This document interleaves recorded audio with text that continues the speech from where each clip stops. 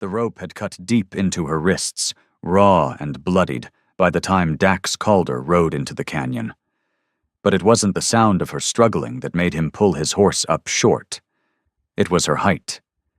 Even bound to that old cottonwood, she stood taller than any soul he'd ever laid eyes on, her head nearly brushing branches no man could reach. Her traditional dress was torn, stained with dust and dried blood. Yet her dark eyes burned with a fierce, unbroken pride that hit him square in the chest in a way he didn't understand. 3 horses stood tied nearby, their riders nowhere in sight, though Dax could hear voices echoing faintly off the canyon walls ahead. Whoever had done this wasn't far, and they'd be back soon. He'd ridden alone long enough that other people's suffering should have meant nothing. That's how a man survived out here. But something about the way she stood, unbent, unbroken, made him swing down from the saddle, knife already in hand. "Easy now," he said quietly, crouching by the rope. "I'm not here to hurt you."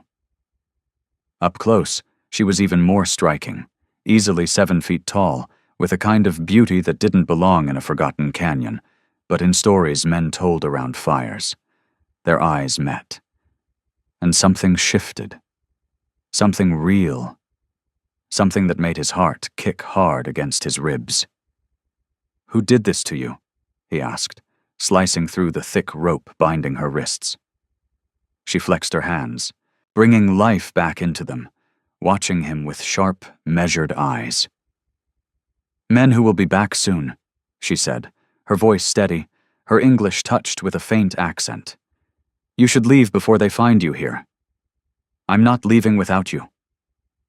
The words surprised him as much as they did her. Dax Calder didn't make promises, especially not to strangers, and sure as hell not to a woman who could look him dead in the eye without lifting her chin. But something about her made every instinct he'd built as a drifter feel suddenly useless. "My name is Sihara," she said, rolling her shoulders, testing her strength. "Then you're either real brave or real reckless," Dax replied. "Maybe both." The voices were getting closer now, louder, sharper. This wasn't going to stay simple. "Can you use this?" he asked, handing her his spare revolver. Sihara took it like it belonged in her hand, checking the cylinder with practiced ease. "My father taught me to shoot before I learned to read." The laughter echoing through the canyon told him all he needed to know. At least 3 men, maybe more, and they weren't trying to stay quiet. "We need to move," Dax muttered, scanning for a way out. "You ride?" She gave him a look, almost offended. Better than most men. Dax let out a low whistle, and his horse came trotting over, a powerful Missouri Mustang, 16 hands high and built like iron. But as Sihara stepped toward it, he realized something he hadn't thought through. She was too tall, even for a horse like Gravewind. Didn't matter. She solved it in one smooth motion, vaulting up behind the saddle with effortless grace that stole the breath right out of him. "Damn," he muttered, swinging up in front of her. "My people were riding horses long before yours crossed the ocean," she shot back, wrapping her arms around his waist as she urged Gravewind forward into the canyon. The contact hit him harder than it should have, not just the warmth of her, but how natural it felt, like she belonged there, like she always had. Behind them, angry shouts erupted as the men found the empty tree. Dax risked a glance back, 3 riders bursting from between the rocks, hard-faced men with the kind of eyes that enjoyed hurting others. "They're part of Varric Holt's crew," Sihara said, her voice tight. "They've been hunting me for 3 days. "Why?" Dax asked, steering Gravewind toward higher ground for an advantage. He didn't get an answer. A gunshot cracked through the canyon. The bullet slammed into rock just feet from them. Their pursuers were mounted now, closing fast. "Hold on," Dax said, feeling her grip tighten around him. What he did next would either get them out alive, or get them both killed. But when he looked back at her, those dark, unyielding eyes, Something long buried inside him stirred awake. And there was no way in hell he was letting Varric Holt's men drag her back into whatever hell they'd pulled her from. The chase drove us into country that would have tested a mountain goat. Gravewind proved exactly why I'd paid 3 times his worth 3 years back. He climbed every slope and narrow ledge like he'd been born to it. Behind us, the men chasing us struggled on weaker mounts, their recklessness fueled more by arrogance than skill. "There," Sihara said, pointing ahead toward a jagged cluster of rock about half a mile out. "There are caves. We can lose them there." I didn't question her. Out here, her knowledge of the land was the only thing keeping us breathing. As we reached the rocks, she slipped down from Gravewind in one smooth, silent motion, despite her towering frame. "This way," she whispered, guiding us into a maze of stone where even sound seemed to vanish. The cave she chose barely let Gravewind squeeze through the entrance, but deeper inside it opened into a wide chamber, dark enough to hide us from any quick search. Once my eyes adjusted to the dim light filtering through cracks in the ceiling, I finally saw what those men had done to her. Her dress, traditional, once proud, was torn in several places, exposing bruises along her arms and a cut across her cheek that made my blood run hot. But more than the wounds, it was the way she still carried herself, upright, unbroken, that struck harder than any injury. "How long were you tied to that tree?" I asked. "Since dawn," she said, leaning back against the cave wall with a grace that didn't match her size. "They said they were waiting for someone. Maybe a buyer." That word hit me like ice in my veins. A buyer. I'd heard whispers about Varric Holt, not just robbery or killing, but something worse. Trafficking people. The kind of business that made even hardened outlaws sick to their stomach. "What did you see?" I asked. "Why are they after you?" She stayed quiet for a moment, weighing me, deciding how much I was worth trusting. Then she spoke. "3 nights ago, I was hunting elk in the high country. I came across their camp. I wasn't alone." Her voice tightened. "There were women, children, all tied up like animals. They saw me watching. I had to run." She swallowed, pain flashing across her face. "There were others, at least a dozen. Some white, some Mexican. Some from my own people, all young." She looked away. "All worth money to the right kind of buyer." The cave fell silent, save for our breathing and the faint echo of hooves somewhere out there in the canyon. They were still searching, but they hadn't found us. "I'm sorry," I said quietly, "for what they did to you, and what they're doing to the others." She looked at me then. Really looked, like she was trying to see past the dust, the scars, the man I'd been. "You're not like the men I've known," she said. "Why do you say that? Most men, my height makes them uneasy. They fear me, or they stare like I'm something strange." Her gaze softened just a little.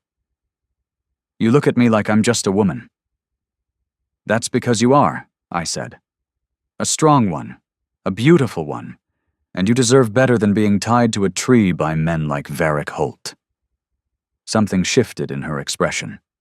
Surprise, maybe, or the first spark of something deeper. When she smiled, it changed everything. Softened the edges, lit her from within, and in a quiet voice, almost to herself, she said, "I think you might be a good man, Dax Calder." "Don't trust me too much," I said. But for the first time in years, I found myself hoping she was right. We stayed hidden in that cave until the sounds of the chase faded into nothing. Still, it was clear Sihara was running on empty. 3 days on the run and a morning tied to a tree would wear down anyone, even someone as strong as her. "There's a town about 10 miles east," I told her. "Cartwright, we could get you a room, some food, maybe talk to the territorial law." She shook her head right away. Varric Holt owns the law in Cartwright. Half the town council, too. Going there would be walking into a trap. Then where? There's another place. Willow Run, about 15 miles north. Small, but honest folk. My cousin lives there. She married a rancher 5 years ago. As we prepared to leave the cave, I caught myself watching her. How she moved. How natural it all looked, even with her height. Everything about her challenged things I'd never thought to question. Sihara, I said as we reached the entrance. Why do you trust me? I could be working for Holt. She rested a hand on Gravewind's neck and looked at me like she could see straight through my bones. Because when you cut those ropes, she said quietly, your hands were shaking. Not from fear, from anger at what they'd done to me. She was right. Men who sell people don't get angry over suffering. I hadn't even realized she'd noticed. But seeing her tied up like that had stirred something in me I thought was long dead. And it wasn't just that. It was the way she looked at me. No fear, no suspicion. None of that usual mix I'd grown used to seeing in people's eyes. There's something else you should know, I said once we were riding again. About me. What is it? I'm not just some drifting cowboy. There was a time I made my living with these guns, not always on the right side of the law. She stayed quiet for a moment, letting it sink in. And now? She asked. Now I'm trying to be different, someone better. That's good, she said softly, wrapping her arms around my waist. Because the man I saw today, Dax Calder, he's exactly the man I hoped to find. As we rode toward Willow Run, my mind drifted to everything I'd spent years avoiding. What it might mean to stop running, to build something real, with someone. For the first time since I was old enough to carry a gun, the future felt like something worth thinking about. But first, we had to survive long enough to reach it. The ride to Willow Run took us through some of the finest country I'd ever seen. Rolling hills painted with wildflowers, cold, clear streams cutting through the land, mountains rising like cathedral walls beneath an endless sky. And still, I couldn't shake the feeling we were being watched. Holt has more men than just those 3, Sihara said, as if she'd read my thoughts. His network stretches across 3 territories. Someone's probably already riding ahead to cut us off. How do you know so much about his operation? I asked. She didn't answer right away. I could feel the tension in her as she leaned against me. Because my brother worked for him, she said at last, before he understood what Holt really was. My grip tightened slightly on the reins. What happened to him? Varric Holt killed him when he tried to leave, she said, her voice steady but heavy. Made it look like an accident, but I knew the truth. Her arms tightened around me. That's why I was watching his camp, she continued. I was looking for proof of what really happened. And just like that, everything fell into place. This wasn't just about her seeing something she shouldn't have. This was personal. Varric Holt had torn her family apart, and Sihara had been gathering proof ever since, waiting for the right moment to bring him down. We're going to stop him, I said, surprising even myself with how steady my voice sounded. You really think I'm going to let you face him alone after what he did? I felt her arms tighten around me, and when she spoke, there was something raw in her voice. You barely know me, Dax. Why would you risk your life for my fight? It was a fair question, and the truth was, I didn't have a clean answer. How could I explain that something inside me had shifted the moment I saw her tied to that tree? That for the first time in years, I'd found something worth fighting for. Something more than just staying alive? Maybe because it ain't just your fight anymore, I said. We crested a ridge then, and Willow Run stretched out below us. A small settlement built around a natural spring, maybe 20 buildings in all, with a well-kept corral full of cattle, Smoke curled from chimneys, and folks moved about their business like any quiet frontier town. "There," Sihara said, pointing toward a house on the edge of town, larger than the rest, well built. "That's where my cousin Mirel lives, with her husband." As we rode down, people started to notice us. They paused, watching, not hostile, just curious. Hard not to be, with Sihara's height. You could spot her from a mile out. "Seems like decent folk," I muttered. "Mirel married well," she replied. "Her husband, Garrick, is respected here. That respect protects those close to him, too." We were just pulling up to the house when the door swung open, and a woman hurried out. She was tall, though not like Sihara, and dressed in a mix of traditional and settler clothes. The moment she saw Sihara, her face lit up. "Sihara!" she called, rushing forward. "Thank the spirits you're alive! We heard about the attack on your village, when you didn't come back." They embraced tightly, speaking fast in a language I didn't understand. But I didn't need the words to see the bond between them, or the way Mirel's expression darkened as Sihara told her what had happened. "Varric Holt." Mirel spat the name like poison. "That devil's been a curse on this land for far too long." A new voice cut in then, deep, steady, carrying the slow drawl of Texas. "Someone say Varric Holt?" I turned to see a man walking up from the barn, tall, lean, with a face weathered by sun and years of hard work. No doubt about it. That was Garrick Vane.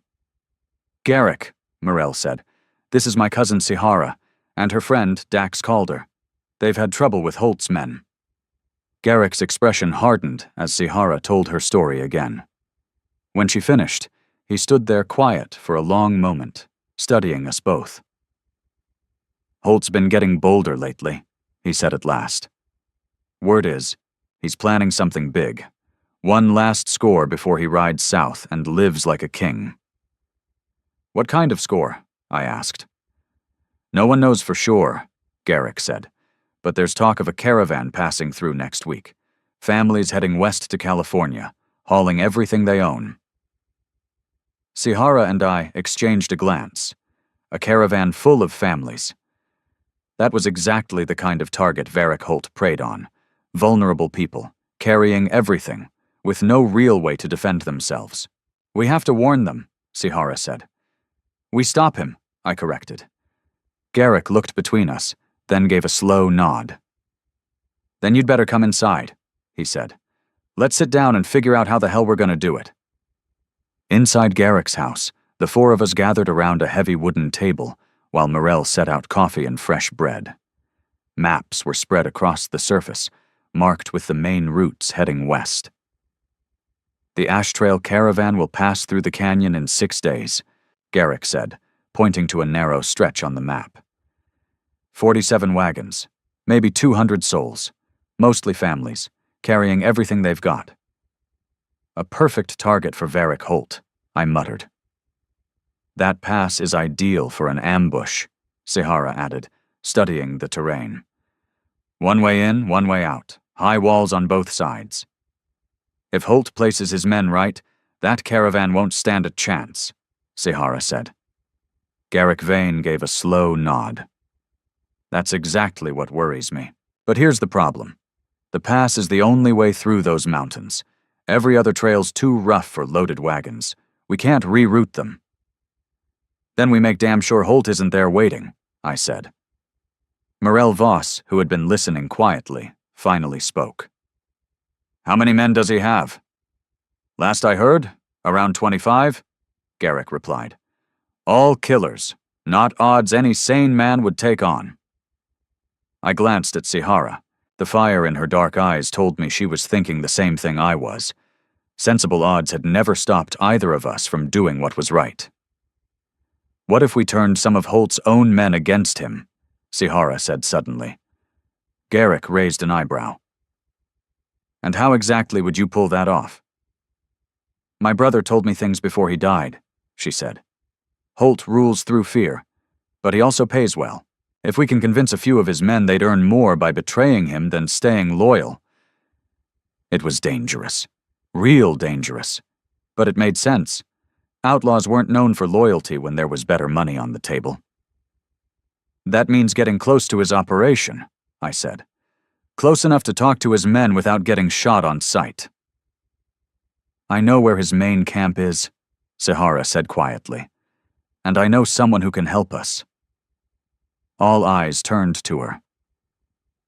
There's a man named Rook Vatcher, she continued. He used to ride with Holt, left about 6 months ago. Said he was done with all the killing. Now he's hiding out in a cabin about 20 miles from here, trying to live straight. You think he'd help us? Garrick asked. I think he'd help me, Sahara said. He was close to my brother. He owes him. The plan we built over the next 2 hours was either brilliant or suicidal. Maybe both. Rook Vatcher would be our way in, our only way in. But first, we had to convince him to walk away from the quiet life he'd carved out for himself. I'll ride out to him tomorrow, I said. See if I can bring him in. We'll go, Sahara corrected. Rook knew my brother better than anyone. If we're going to convince him, I need to be there. Garrick frowned. That's a lot of risk for both of you. If Holt's got men watching him, I said, we'll deal with them. And I meant it. Something had changed in me since I met Sahara. The cold, calculating gunman I used to be was giving way to something else. Something warmer, but far more dangerous. A man with something to protect. As the night wore on, and we sharpened the details of the plan, I couldn't help but notice how Sahara filled the room. Not just because of her height, but because of the quiet strength she carried. Garrick and Morell respected her, and I understood why. It wasn't just that she was beautiful. She was commanding. Dax, she said later, as we were getting ready to turn in. Can I speak with you? Alone? We stepped out onto the porch. The night air was cool, filled with the sound of crickets. Above us, the stars burned bright against a velvet sky. You sure about this? She asked. Helping me go after Holt. You could walk away, start fresh somewhere else. I turned to her, once again struck by how she could meet my eyes without ever needing to look up. In the moonlight, she looked like something out of legend. Beautiful, fierce, impossible to turn away from. I'm not going anywhere, I said. Not without you. Dax, we've only known each other a day. I know, I cut in gently. It's crazy, but I've spent most of my life running from things, and I'm tired of it. I took a slow breath. For the first time, I've found something worth staying for. She stepped closer, close enough that I could see the starlight reflected in her dark eyes. And what is that? She asked. You, I answered, plain and simple. She kissed me then. Soft at first, unsure, then deeper as I pulled her close. She was strong, warm, and felt like she belonged right there in my arms. And in that moment, I knew one thing for certain. No matter what waited for us ahead, no matter what we faced with Varric Holt, I wasn't going to let anything happen to her. I've never felt this way about anyone, she whispered against my lips. Neither have I said, and I'm not about to lose it now. The ride to Rook Vatcher's cabin took us through rough country, the kind that kept most folks away and gave a man 100 places to disappear if he needed to. Exactly the kind of ground someone like him would choose to vanish into. There, Sahara said, pointing toward a thin trail of smoke rising behind a stand of pines. That's got to be his place. We moved in, slow, careful. A man living like that didn't take kindly to surprises. Just like we expected. We hadn't closed half the distance when a voice cut through the trees. That's far enough. State your business. Sahara, she called back, steady and clear. Sister of Cairo. There was a long pause, then the sound of boots moving through brush, The man who stepped out looked about my age. Lean, sharp-eyed, the kind who stayed alive by thinking fast and shooting faster. When he saw her, something in his face shifted. Recognition, and something close to regret. "Damn, Sihara," he said quietly. "I heard about Cairo. Wish I'd been there." "You couldn't have stopped it," she replied, "but you can help make sure it doesn't happen again." His eyes slid to me, measuring. "And who's your friend?" "Dax Calder," I said, stepping down from the saddle, keeping my hands where he could see them, well clear of my guns. His eyes narrowed just a touch. "Dax Calder, the one who took down the Jameson crew alone?" "That was a long time ago," I said. "I'm trying to be someone else now." "Someone like what?" "The kind of man who stops men like Varric Holt before they ruin more lives." Rook didn't answer right away. He just stood there, studying both of us. Then finally, he jerked his head toward the cabin. "All right," he said. "Come on, let's talk." The cabin was small, but it had the feel of a place someone had worked hard to make into a home. Books lined a shelf, a guitar rested in the corner, and the smell of fresh bread drifted from the back.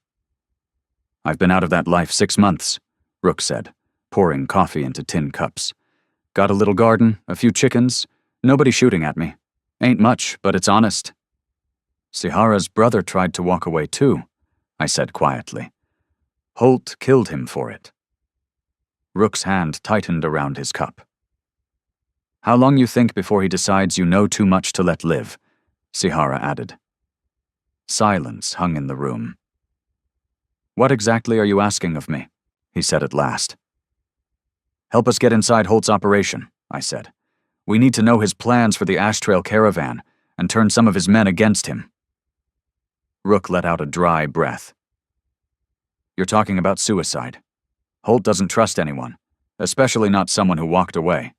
He'd kill me the second he saw me." "Not if you bring him something he wants," Sihara said. Rook frowned. "Like what?" She and I exchanged a glance. We'd thought about it on the ride out here, but saying it out loud made it real. "Me," she said. Rook nearly choked on his coffee. "You out of your mind? You want me to hand you over to Holt?" "Not exactly," Sihara said calmly. "Just enough to make him believe you captured me. That gets you close to him. Close enough to gather information. Maybe even pull some of his men to our side." "And then what?" Rook shot back. "How do you plan on getting out alive?" "That's where I come in," I said. "While you're inside, I'll be positioned close enough to cover you when things go bad." "When doesn't it?" Rook Vatcher muttered dryly. "Not with Varric Holt in the picture," I answered. Rook went quiet after that, staring out the window at the peaceful valley he'd been trying to call home. When he finally spoke, his voice carried a weight to it. "Cairo saved my life twice when we rode with Holt," he said. "I owe him, and I owe his sister seeing Holt pay for what he did." Sihara stepped forward. "So, will you help us?" Rook nodded once. "I'll help, but we do it my way, my plan." He leaned forward slightly, eyes sharp again. "Holt's smart, suspicious. If we're gonna fool him, we've got to be smarter." "What do you have in mind?" I asked. A hard smile crept across his face. "Holt's got a weakness, revenge. If he thinks I'm bringing him Cairo's sister to settle a score, he won't kill her right away. He'll want to savor it, show it off." He paused. "That buys us time." It was a solid plan, but it meant putting Sihara right in the middle of Holt's camp. Every instinct I had pushed against it. "There's got to be another way," I said. "There isn't," Sihara replied, her voice firm as iron. "This is our best chance to save those families and make Holt pay for what he did to my brother." I looked at her and saw that same unbreakable resolve that had carried her this far. She wasn't backing down. And deep down, I knew she was right. "All right," I said at last. "But we do this smart, careful. First sign something goes wrong, we pull out. Agreed, she said. Rook gave a short nod. Then we start planning. If this is going to work, we need to think through every way it can fall apart. The next 2 days were nothing but planning. Rook knew Holt's operation better than anyone, and he walked us through every detail, how the camp was laid out, their routines, the personalities of Holt's top men. Holt's main camp sits in Dead Horse Canyon, Rook said, sketching out a rough map on a piece of paper. About 30 men total, but they're not all there at once. Half of them are usually out on jobs or scouting. What about guards? I asked. 3 posted at all times, Rook answered. 1 at the canyon entrance, 2 up high watching the ridges. They're looking for lawmen or rival outfits. He glanced at us. Not for someone riding in with a gift for Varric Holt. So how do we play it? Sihara asked. Rook didn't hesitate. I ride in with you tied behind my saddle, he said. Tell Holt I found you hiding near your brother's old cabin, that I figured he'd want to deal with you himself. He tapped the map. While I get close to him, learn what I can about the caravan plan. You keep him distracted. Give him a story he wants to hear. I didn't like any part of it, but it was the best shot we had. What about me? I asked. You take the high ground? Rook said. Set up in the rocks overlooking the camp, close enough to cover us if things go bad, but far enough the lookouts don't spot you. How do we stay in touch? I asked. We don't, Rook Vatcher said plainly. Once Sihara and I ride into that camp, we're on our own, until we can signal you. The plan had 100 ways to fall apart. But it was the only shot we had to get the information needed to stop Varric Holt's ambush on the Ash Trail caravan. That night, while we finished preparing, Sihara and I found ourselves alone again on Garrick's porch. The sky was thick with stars, and the night air carried the scent of wild flowers and open earth. You afraid? I asked. I am, she admitted. But not of Holt. I'm afraid of what might happen to you if this goes wrong. Nothing's gonna happen to me, I said, taking her hand. And not to you either. I won't allow it. She squeezed my fingers gently. Dax, there's something I need to tell you about my brother and Varric Holt. What is it? Cairo wasn't just working for him, she said quietly. He was his right hand for nearly 2 years. He knew everything, where every body was buried, literally and otherwise. The weight of that hit hard. When he tried to leave, she went on. Holt didn't just kill him to keep him quiet. He tortured him, trying to find out if he'd told anyone what he knew. My jaw tightened. Holt thinks you know what Cairo knew, I said. She nodded. That's why they've been hunting me so hard. It's not just revenge. It's about protecting his secrets. That changed everything. This plan just got a whole lot more dangerous, I said. If Holt suspects, even for a second, you're lying to him. He'll kill me slow, she finished. I know, she added softly. But those secrets, they're the key to bringing all of it down. If I can get to his records, his plans, his contacts, we could end it. Not just the caravan ambush, everything. Her voice steadied. The kidnappings, the killings, the corruption. We could stop it for good. Standing there under the stars, looking at her, brave, unshaken, I felt something shift deep inside me. This wasn't just about saving a caravan anymore. This was justice. For Cairo. For every soul Holt had broken. For the life we were trying to build together. All right, I said. We do it. But promise me something. What? If things go sideways, you run. Don't try to be a hero. Get out alive. And leave Holt to me. She smiled, fierce and unyielding. I promise to be careful, she said. But I won't promise to run if you're in danger. We're partners now, Dax Calder. Partners don't leave each other behind. When she kissed me that time, it felt like a promise and a goodbye. At dawn, we would ride straight into the heart of darkness to face one of the most dangerous men in the territory. But that night, we still had each other, and that was enough. The morning we rode out for Dead Horse Canyon came cold and clear, the kind of air that made every detail of the land stand sharp. Rook had done his work well. The setup looked real.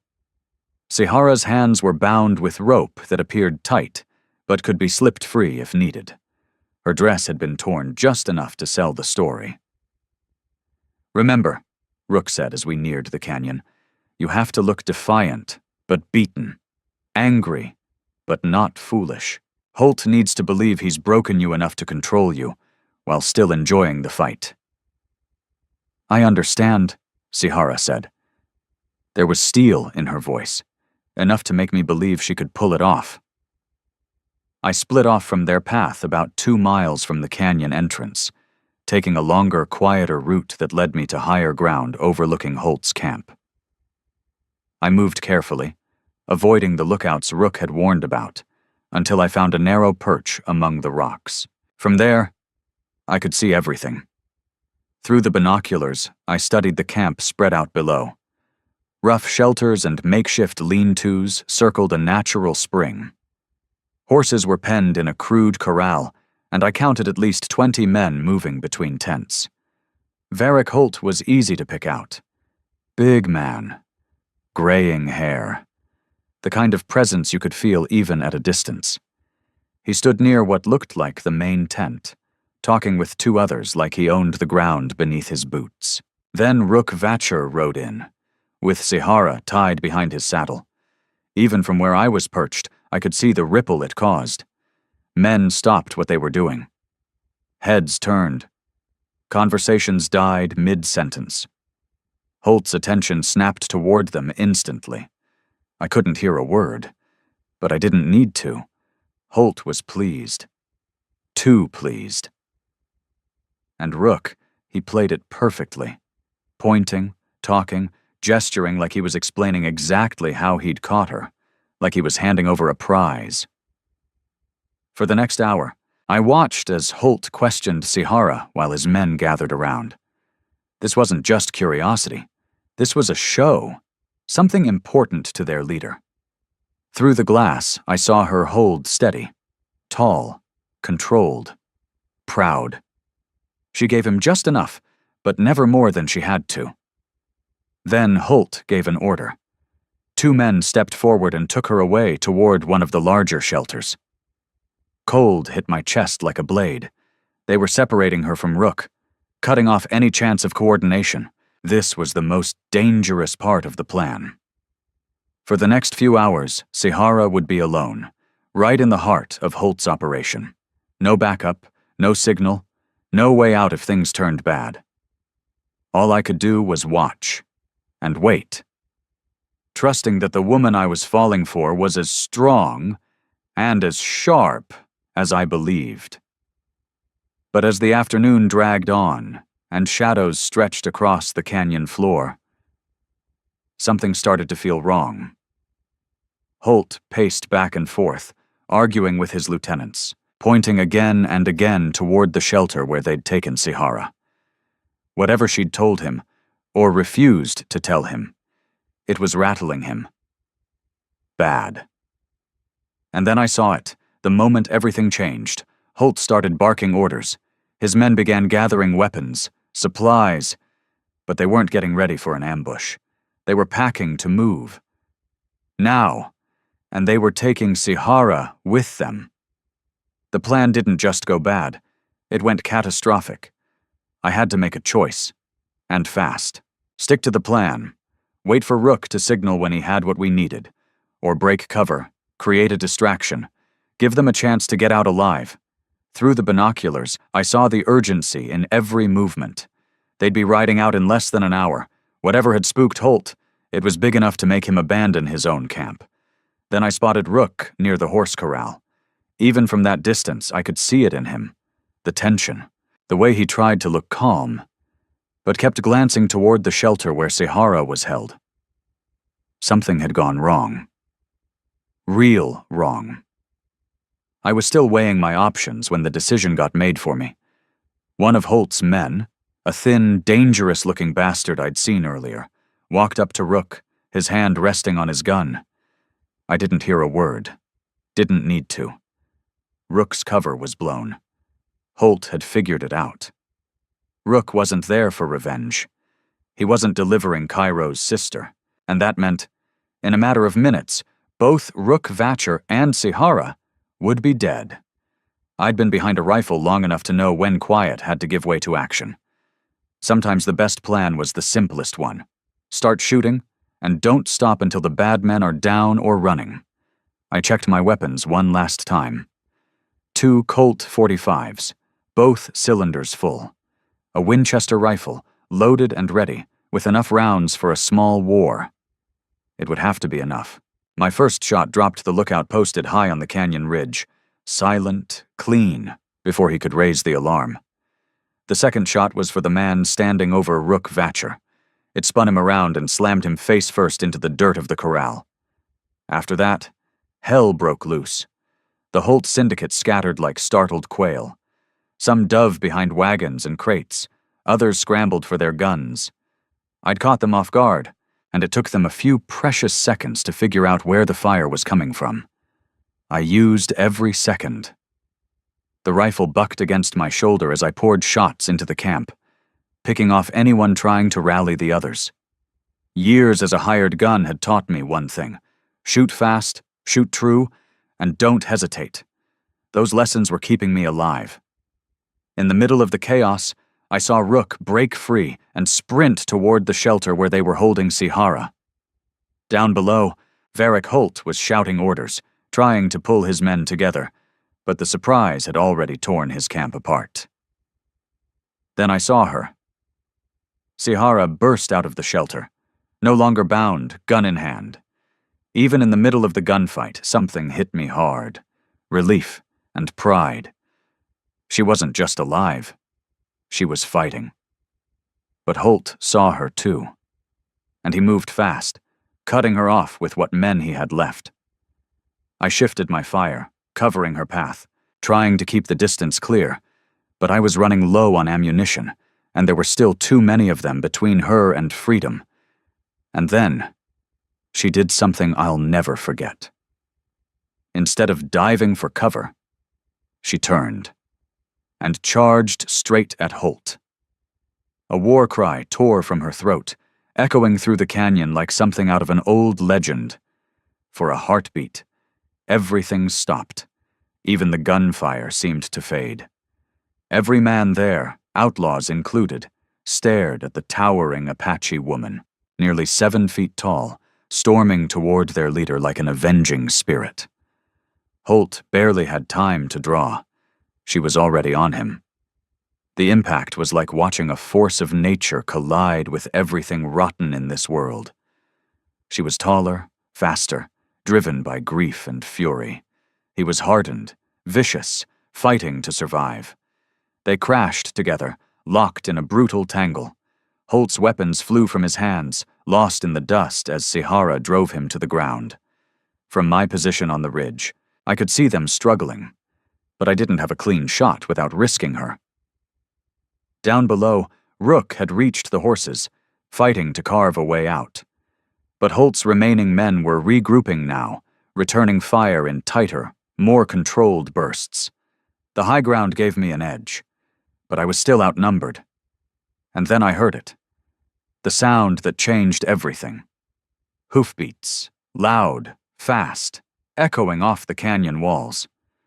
At first I thought it was more of Holt's men riding in. Then I saw them crest the ridge.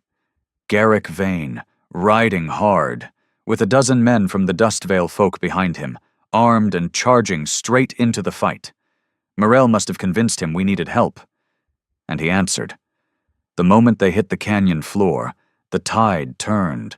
Holt's men, already shaken, broke under the pressure. Some ran for their horses, others fled on foot, disappearing into the rocks.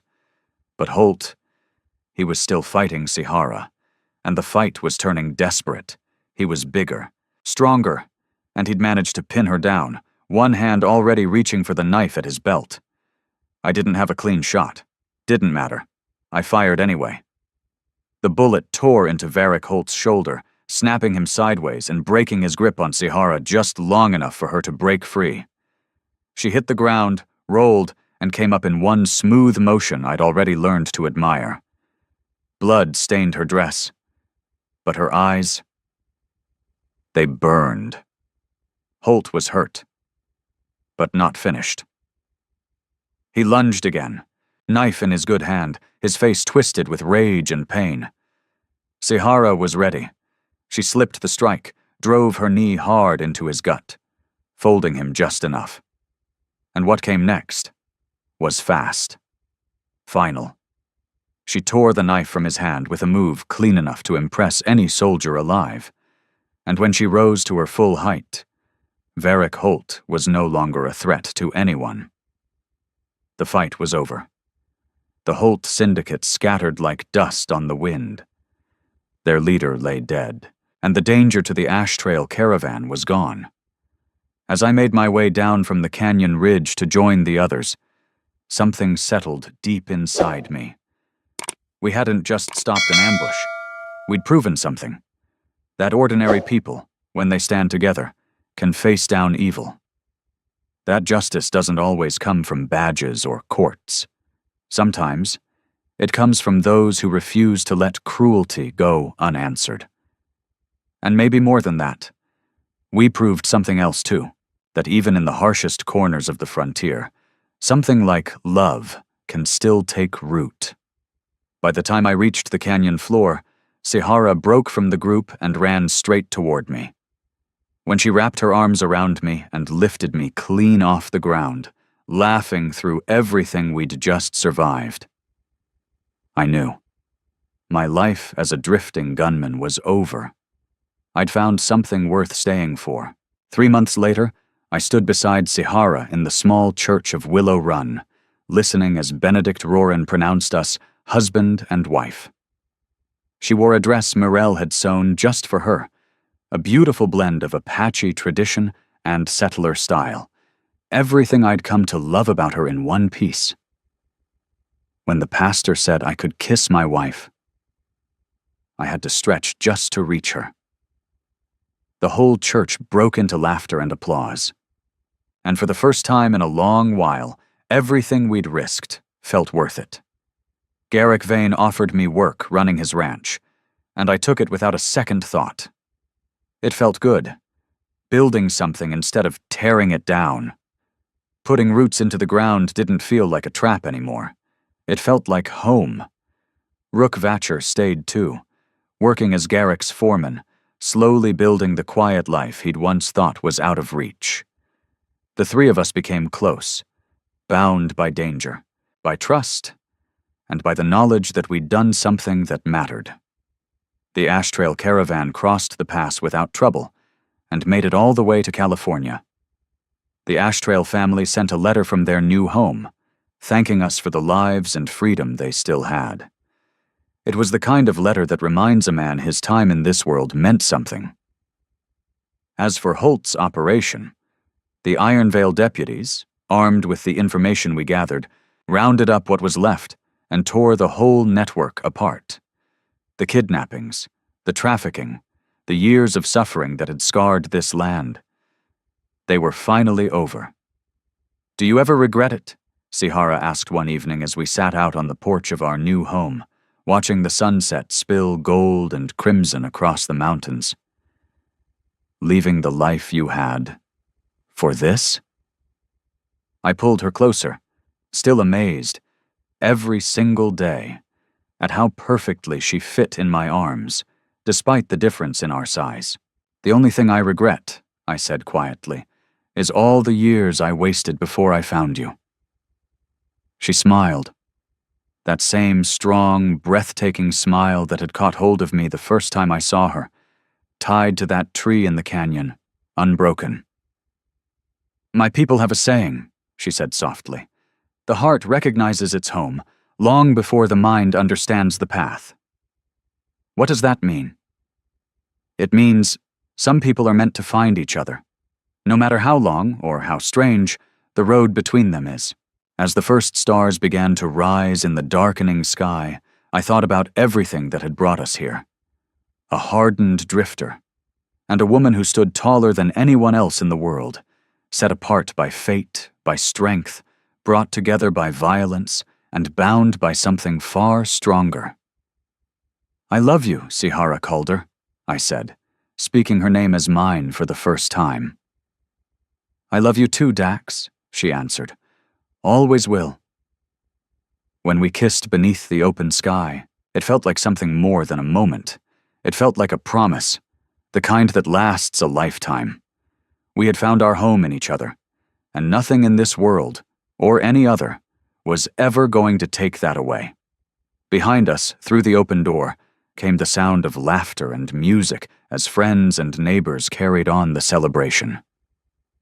But out there, beneath the endless Montana sky, it was just the two of us, and the future we were building together.